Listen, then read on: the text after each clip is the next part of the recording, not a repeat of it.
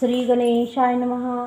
श्री गणेश वंदना गजानन भूतगणादि सेवितं कपितजम्बूफलचारु भक्षणं उवासुतं शोकविनाशकारकं नमामि विघ्नेश्वर पादपङ्कजं वर्णानामर्थसङ्गानां रसानां छन्दसामपि मङ्गलानां च कर्तारो वन्दे वाणी विनायको।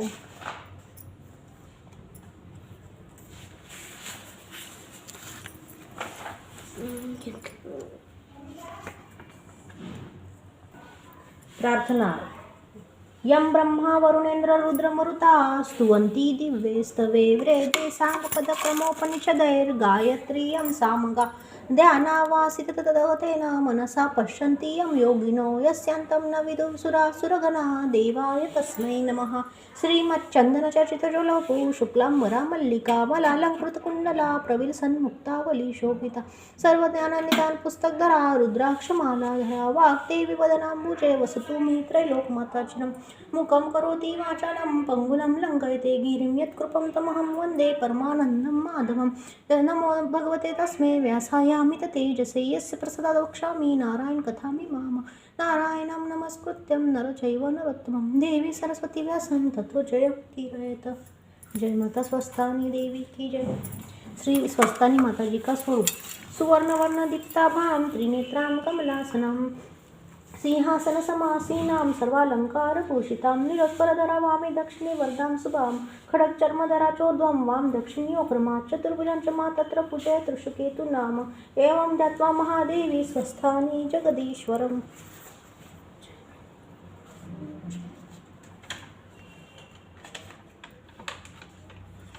श्री स्वस्थानी माता जी की व्रत कथा अथ चतुर्थोध्याय। श्री गणेशाय नमः। श्री स्वस्थानी व्रत कथा अथ चतुर्थोध्याय। कुमार जी ने आगे कहा, है अगस्त्यमुनि, इसके बाद विवाह के दिन विष्णु भगवान दक्ष प्रजापति के घर गए। वीरनी ने कन्यादान की सामग्री तैयार कर दी थी। उस समय महादेव जी विष भांग धतूरा खाकर अचेत हो गए और दक्ष के घर जाना भूल गए।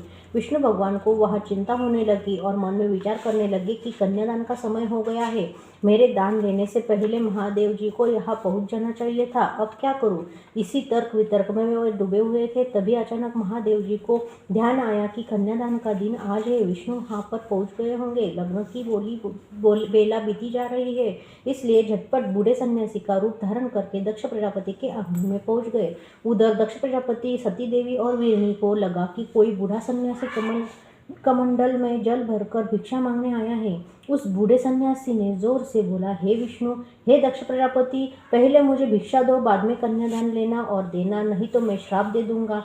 उस सन्यासी के कठोर और डरा देने वाले वचनों को सुनकर विष्णु शांत स्वर में बोले, हे भिक्षु, कन्यादान का समय हो गया है। कन्यादान के बाद तुम्हें भिक्षा दे देंगे, तब तक तुम यहाँ मेरे पास आसन ग्रहण करो।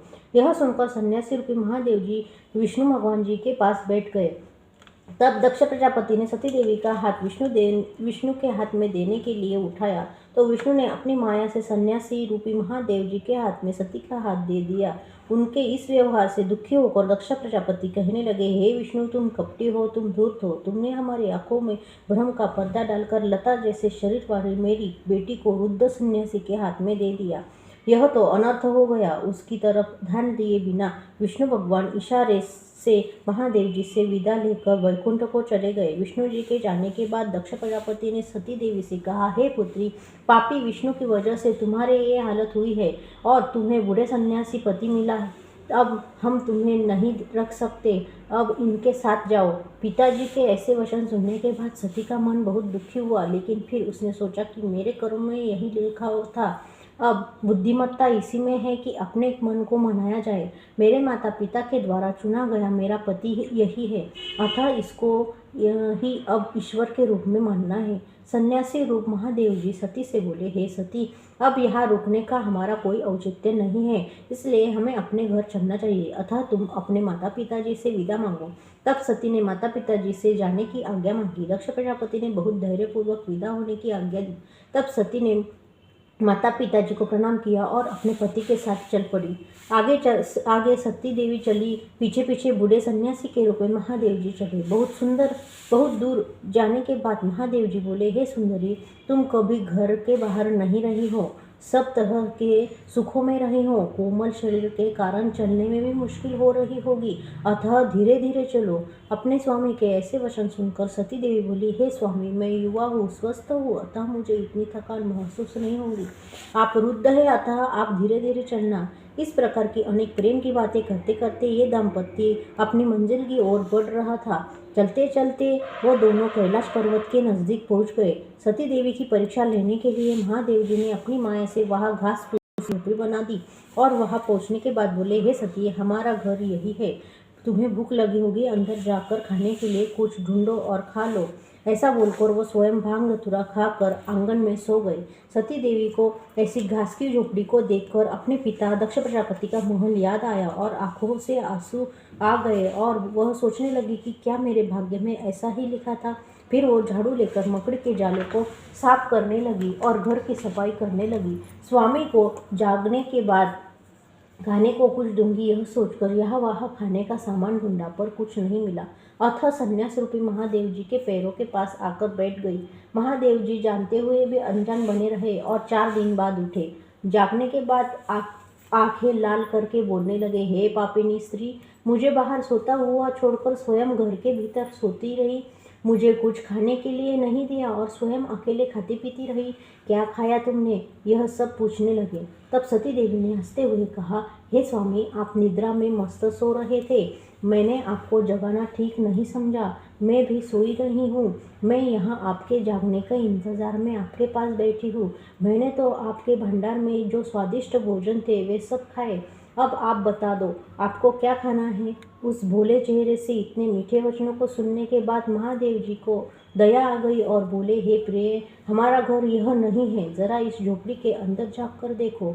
ऐसे हैरत भरे वचन सुनकर सती देवी बोली, हे स्वामी, जो घर अभी है उसको छोड़कर जो घर नहीं है उसको कहाँ देखने जाए, आपकी भी वृद्धावस्था हो चुकी है, मैं स्त्री जाती हूँ, कौन बनाएगा नया घर। अब हमें व्यर्थ में ही न तो मेहनत करने की ज़रूरत है और न ही कोई जरूरी है, यह जैसा भी है बहुत अच्छा है। ऐसे तर्कयुक्त मीठे वचनों को सुनकर महादेव जी बहुत खुश हुए और उठकर उस घास की झोपड़ी को जोर से लात मारी। लात मारते ही वो घास की झोपड़ी एक तरफ गिरी तो सामने मणियों से जड़ित सुंदर कैलाश पर्वत के दर्शन हुए। सती के मन में शंका पैदा हुई कि मेरे पिताजी ने भी बड़ा और सुंदर यह किसका घर होगा। तब महादेव जी बोले, हे प्रिय, यही हमारा घर है। उसके बाद हाथ पकड़कर सती को कैलाश भवन में ले गए और बोले, हे प्रिय, इस भवन के आंगन में गाय के गोबर का लेपन करो। सती देवी ने भी आज्ञा का तुरंत पालन किया। फिर महादेव जी ने सती देवी को अपने दिव्य स्वरूप के दर्शन दिए। तब सती देवी महादेव जी के दर्शन करते ही हर्ष से आंसुओं में बह गई। तब सती देवी को ज्ञात हुआ कि जगतपति महादेव जी उसके पति है। वो अपने आप को बहुत धन्य समझने लगी। उसी समय उसने फूलों की माला महादेव जी के गले में डाली और उनकी 3 बार परिक्रमा करके महादेव जी को साष्टांग प्रणाम किया। उसके पश्चात सती देवी और महादेव जी शिव शक्ति स्वरूप में आनंदपूर्वक कैलाश पर्वत में रहने लगे। इति श्री स्कंद पुराणे केदारखंडे माघ महात्म्ये कुमार अगस्त्य संवादे श्री स्वस्थानी परमेश्वरा व्रत कथाया सती देवी विवाह कैलाश दर्शनम नाम चतुर्थोऽध्यायः।